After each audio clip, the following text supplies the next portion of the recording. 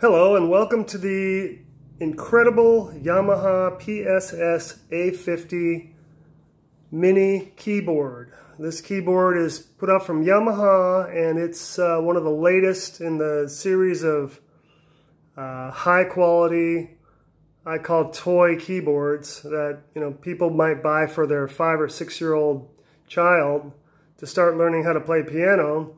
But this keyboard is much more powerful than that.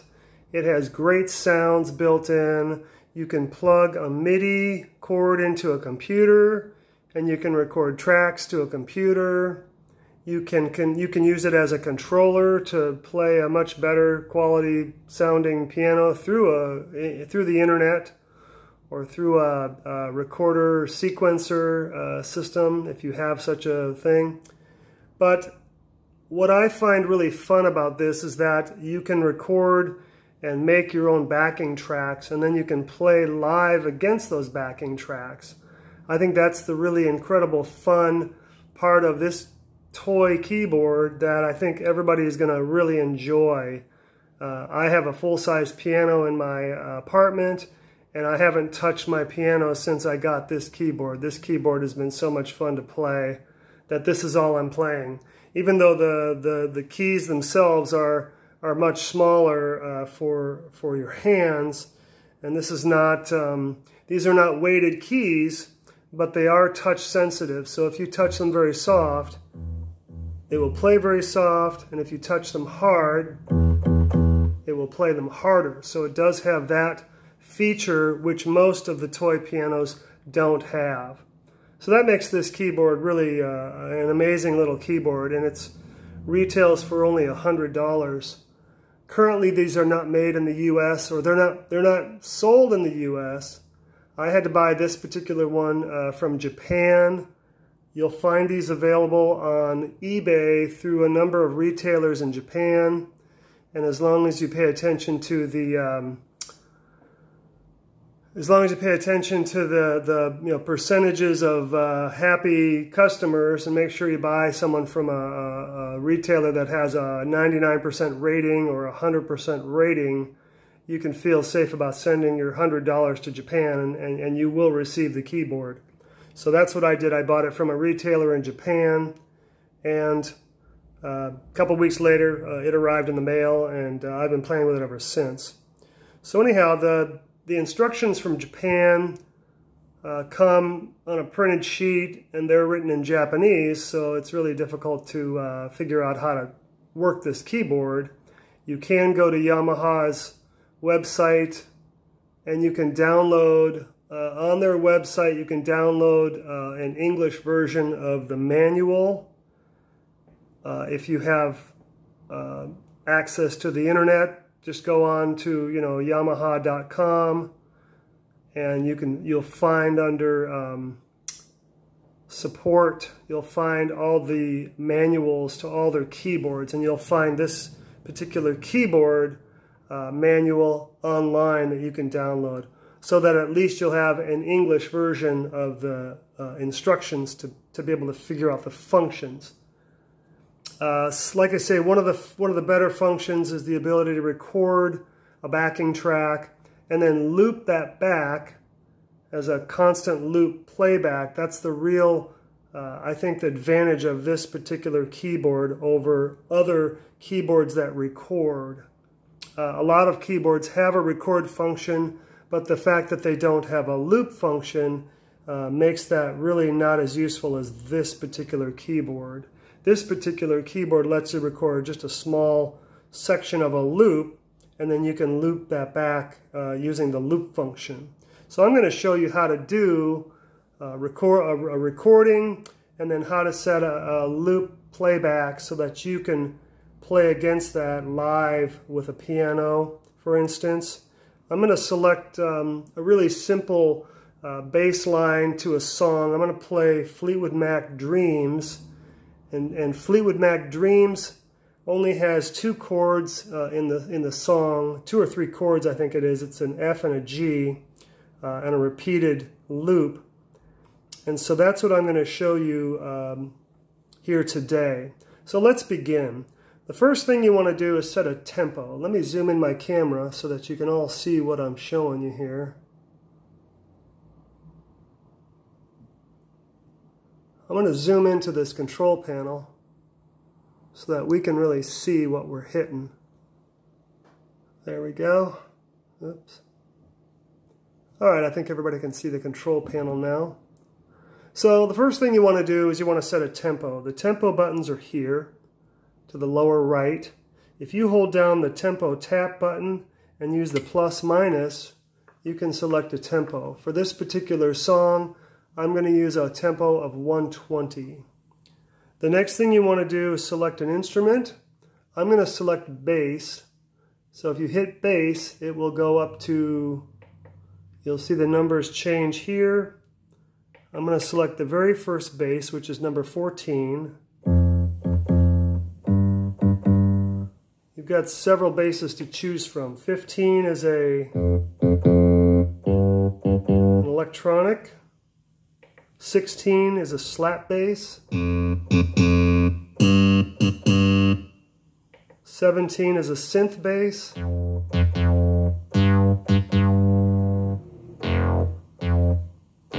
So I'm going to go back to 14.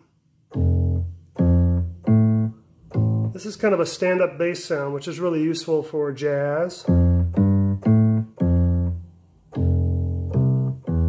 it's quite a good quality sound bass. If you listen to this through headphones, you'll be impressed. So the thing about the recorder on this is it always starts on the 1 beat of the first measure.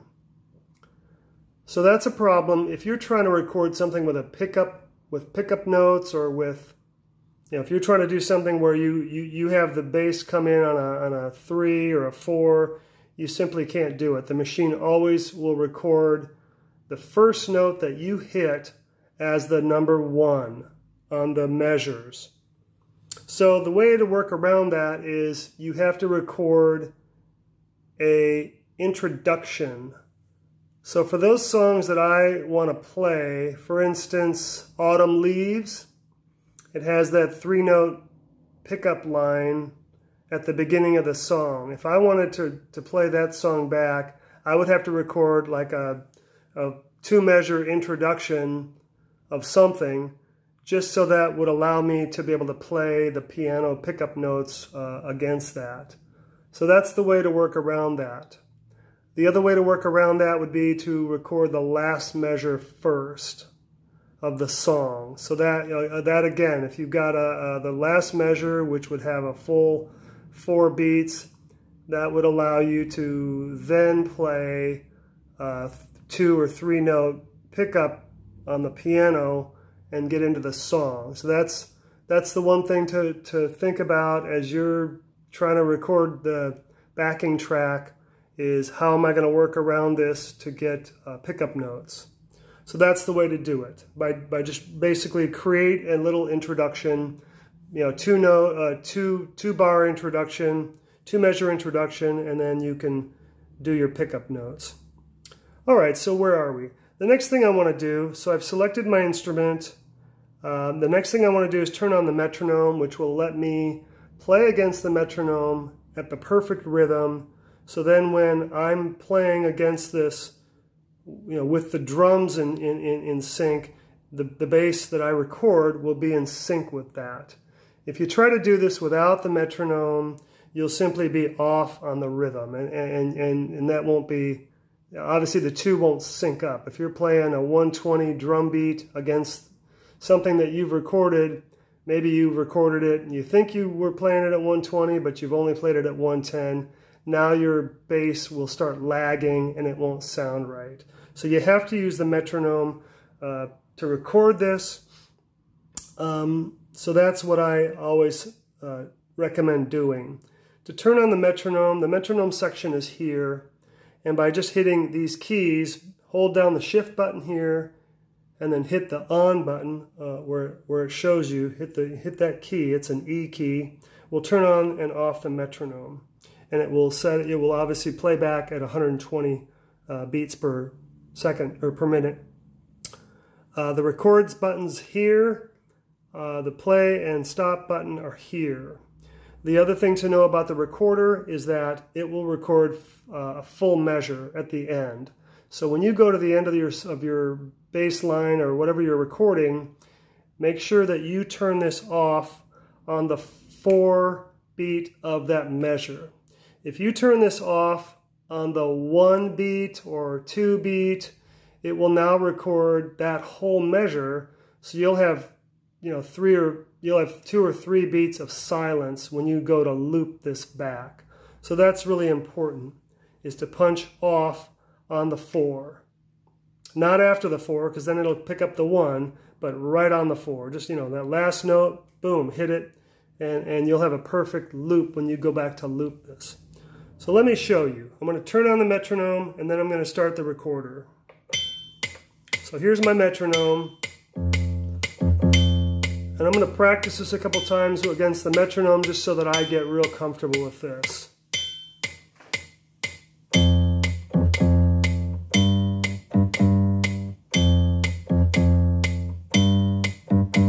So there's my bass track. Now I'm going to hit record. When I hit record on this, it will start the metronome all over again. So you don't have to worry about hitting this right on the 1.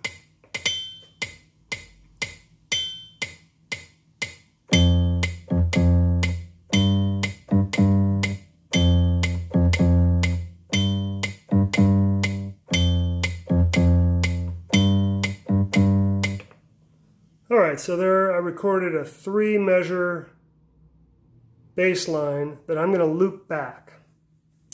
Now, if you noticed, I hit this out, I turned this off on the 4, so I should have a perfect loop here. I'm not worried about listening to this, but you can listen to this back by, if you just hit play here, it will play this one time, but if you want to hear the loop, you want to hit shift and play.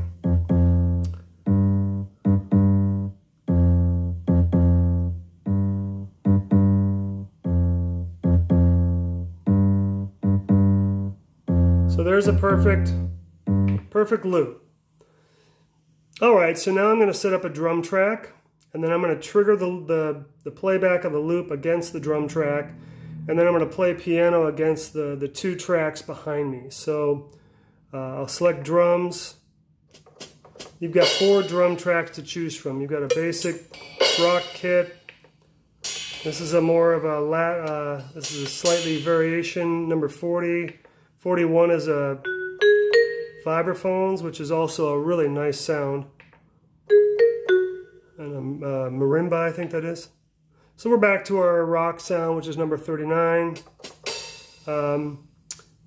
So to turn that on, you want to hit the arpeggio and the arpeggio hold and trigger it by just hitting any key on your piano. So hit arpeggio and it says A on here. Then hold the arpeggio hold and hit any key. So now it turns it on and it comes up as 127. Again, if you use these plus minus buttons, you can select different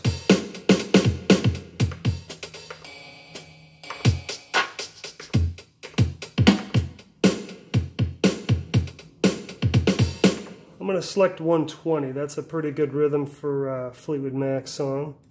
So let's turn that on again. I can also select the rhythm in advance, arpeggio on, hold, press, there's my start.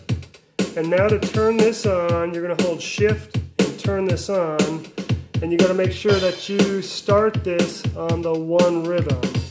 1, 2, 3, 4, 1. So now I've got a really good backing track going here. The drums and the bass are in sync and they sound good together. So now I'm going to play piano against this. So I'm going to select piano. I'm going to do piano number 2, which is an electronic piano. Alright, so here we go.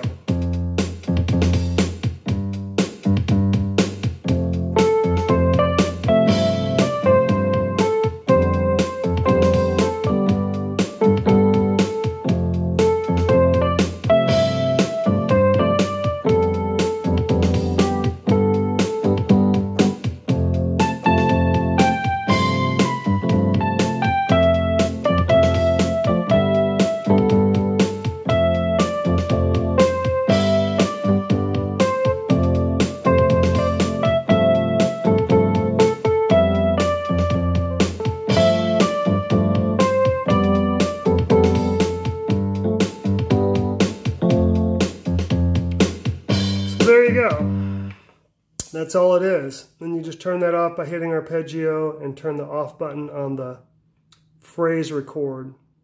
And there it is. That's all there is to it, to record and play back a backing track loop to play live against.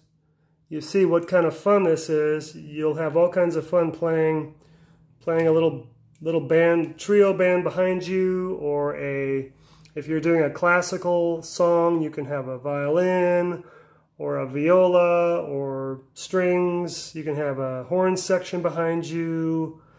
It's got, it's got wind instruments. So the possibilities are endless on this keyboard for creating backing tracks and having fun with this. So I want to encourage everybody to play with this and just get out there and have some fun. All right, thank you for watching. And if you like this video, please like and subscribe as always. Take care, enjoy.